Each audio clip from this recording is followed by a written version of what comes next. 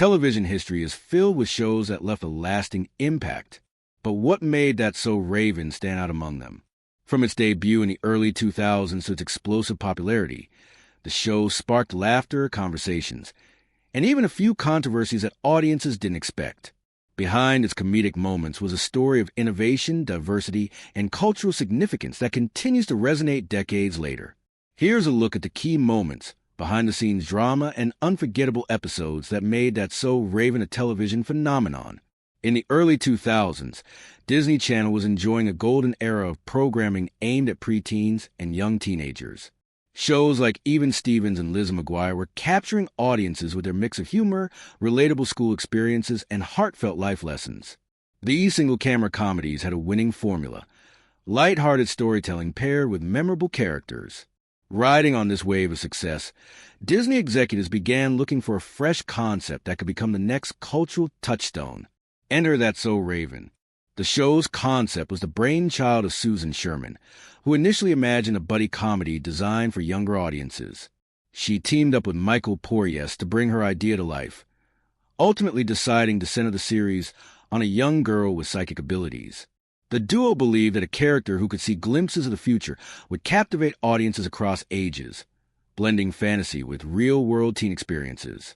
The series underwent several working titles, including the future Is Me and Absolutely Psychic, before finally landing on the iconic name That's So Raven. The premise was simple yet compelling. Raven Baxter, played by Raven-Symoné, was a confident, quirky teen who experienced visions of the future, visions that rarely unfolded as expected. These glimpses into upcoming events often led her into hilarious, awkward, and sometimes heartwarming situations. Whether trying to prevent a mishap or protect her friends and family, Raven's attempts to outsmart fate formed the core comedic engine of the series. The show was as much about the humor as it was about the values it championed: friendship, honesty, and the importance of family. Raven's circle included her best friends, Eddie Thomas and Chelsea Daniels, as well as her family, her brother Corey, and her parents, Tanya and Victor Baxter. This diverse ensemble wasn't accidental. Sherman and Porriess wanted the show to reflect Disney Channel's broad audience, and casting an African-American family in the lead roles was groundbreaking for the network. That's So Raven became Disney Channel's first series centered around a black family, making an important step toward representation at a time when diversity on children's television was limited. Production of the show began in late 2001 in Los Angeles, California. Disney initially ordered 21 episodes, filming the entire first season before the series even premiered. The show officially debuted on January 17, 2003, with a special premiere airing the first 4 episodes back-to-back. Its immediate success set the stage for a series of spin-offs and adaptations. Notably, it became the first Disney Channel series to surpass 100 episodes, a milestone that underscored its massive popularity. In 2007, That's So Raven concluded after 4 seasons, as the cast had grown older and their characters were starting to outgrow the target demographic. But its legacy lived on. The network launched Cory in the House, a spin-off focusing on Raven's younger brother Cory, played by Kyle Massey. While that show ran for 2 seasons, it was the 2017 spin-off Raven's Home that truly revived the series' spirit, with Raven-Symoné reprising her role alongside other original cast members. Raven's Home aired until 2023, cementing the character's long-standing appeal across generations. At the time of its original run, That's So Raven was met with widespread acclaim. Audiences, particularly younger viewers, loved the show's combination of fantasy, humor, and relatable life lessons. Disney executives quickly recognized its potential and renewed the series for a second season just months after the premiere in April 2003. A pivotal moment came in July 2004 with the musical episode The Road to Audition, inspired by a similar format from Even Stevens. The episode's success foreshadowed the eventual creation of High School Musical, showing how Disney began to recognize the power of integrating music with its popular shows. Originally planned for only 3 seasons, the show's growing popularity prompted Disney to greenlight a 4th season in June 2005. This made That's So Raven the first Disney Channel series to exceed 3 seasons. The 4th season added 22 episodes, bringing the total count to 100.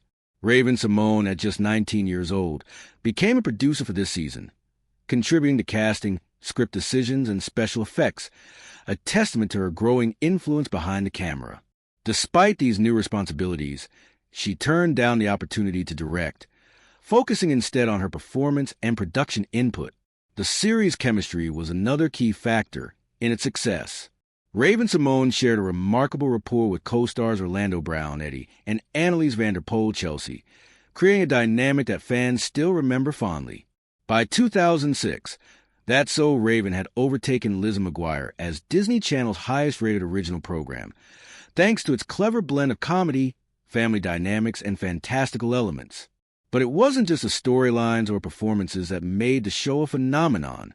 Merchandise became a major revenue stream, with dolls, clothing, lunchboxes, video games, and soundtracks. By 2006, merchandise sales had exceeded $400 million, demonstrating the cultural reach of Raven Baxter and her world. Video games for Game Boy Advance and Nintendo DS allowed fans to immerse themselves further into the series' playful universe. Awards and recognition followed as well.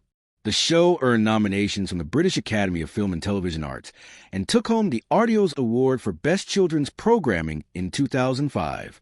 Raven-Symoné herself won an Image Award in 2006 for her performance, while other cast members collected Young Artist Awards for their outstanding work. Despite its success, That's So Raven was not without challenges. Anneliese van der Pol, who played Chelsea, later revealed that the show's casting and production were influenced by issues of race and business. Originally, Raven-Symoné was not intended to be the lead. She was nearly cast as a sidekick, with Chelsea's character set to take center stage. However, after the pilot, her undeniable comedic talent and popularity shifted her into the starring role. Van der Pol reflected on the subtle racial biases that initially prevented a black girl from being considered a lead, a telling glimpse into the industry's limitations at the time. Beyond the behind-the-scenes drama, the show broke ground by tackling meaningful social issues. Episodes like True Colors confronted racism head-on. When Raven applied for a job and was passed over, she used her psychic powers to uncover racial discrimination, sparking important conversations among viewers. Other standout episodes included Driven to Insanity, where Raven sneaks out to a date despite her parents' rules, and Point of No Return, which shows her comedic misadventures with a stolen blouse and an ill-timed vision. Episodes such as A Lying Game, Double Vision, and Teacher's Pet highlighted her signature mix of chaos and insight, often on January 17, 2003, with a special premiere airing the first 4 episodes back-to-back. Its immediate success set the stage for a series of spin-offs and adaptations. Notably, it became the first Disney Channel series to surpass 100 episodes, a milestone that underscored its massive popularity.